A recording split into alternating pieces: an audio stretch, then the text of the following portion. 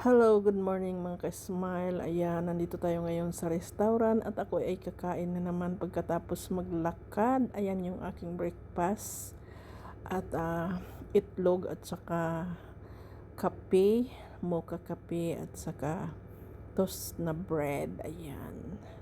So may pa-salmon sila, may pa-salad. Yan ang in-order ko mga ka-smile para hindi siya masyadong mabigat sa tiyan. So, ayan na nga, naglakad ako. So, dumaan ako dito. First time ko kumain dito sa restaurant. Napakaganda yung lugar. Ngayon ko lang ito kumain dito. Napakaganda yung ambience niya. May mga pabulaklak sila dito. So, ayan na nga yung ating kakain na tayo. At, yan, inaayos ko yung aking camera. Dahil maganda mag-vlog dito. So, ayan, maganda yung kanilang sit up at dito ako naupo sa may tabi ng bulaklak. Napakaganda. Wala pang masyadong tao. Ayan yung aking breakfast. Masarap siya mga ka-smile.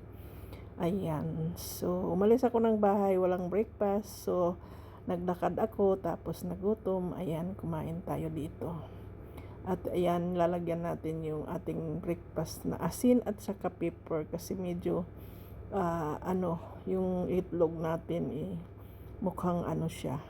Wala man lang linagay ng sauce diyan. So yan, ayos-ayosin ng mga mukha. Kasi haggard tayo mga ka-smile dahil sa ating paglalakad. So ayan, ini-enjoy ko yung aking pagkain dito dahil napakaganda yung lugar at medyo mahal din yung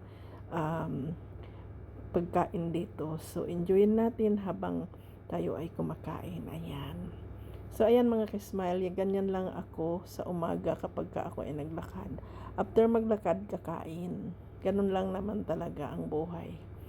So, ayan yung aking mocha kape. Masyadong matapang mga ka-smile. So, linagyan ko siya ng asukal.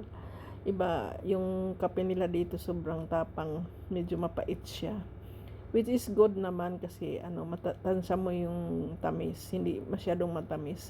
Mas maganda yung mapait kaysa matamis dahil yung mapait, pwede mo siyang lagyan ng asukal, di ba?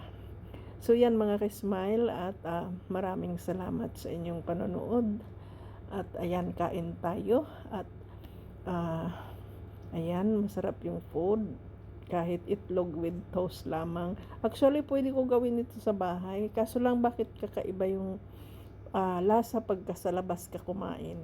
Iba rin yung gawa mo sa bahay, iba yung nasa labas. Palimit ako kumain ng itlog kasi paborito ko talaga yung itlog. Kaya yan lagi ang ino-order ko. At kahit sa labas ako at sa bahay, mas malimit ako kumain ng itlog. Ayan. Yung tinapay nila medyo matigas konti. Medyo nahirapan yung aking ipin. Pero pwede pa rin kasi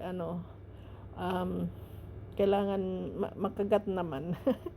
So yan mga ka-smile, and ini-enjoy ko lang dito at maganda yung ambience ng restaurant at nag-voice over na lang ako kasi maraming may pa-music sila dito, sobrang lakas. At kapag ka nasa labas ka sa restaurant huwag kang mag-expect na walang music. Kaya para iwas copyright tayo ay ibo-voice over na lang natin. So may pa-salmon yung aking kinain at nagpadagdag ako salmon doon sa itlog kasi masarap siya with kasama yung itlog. So ayan, masarap yung kape nila kahit mapait kasi linagyan ko ng asukal ng konti.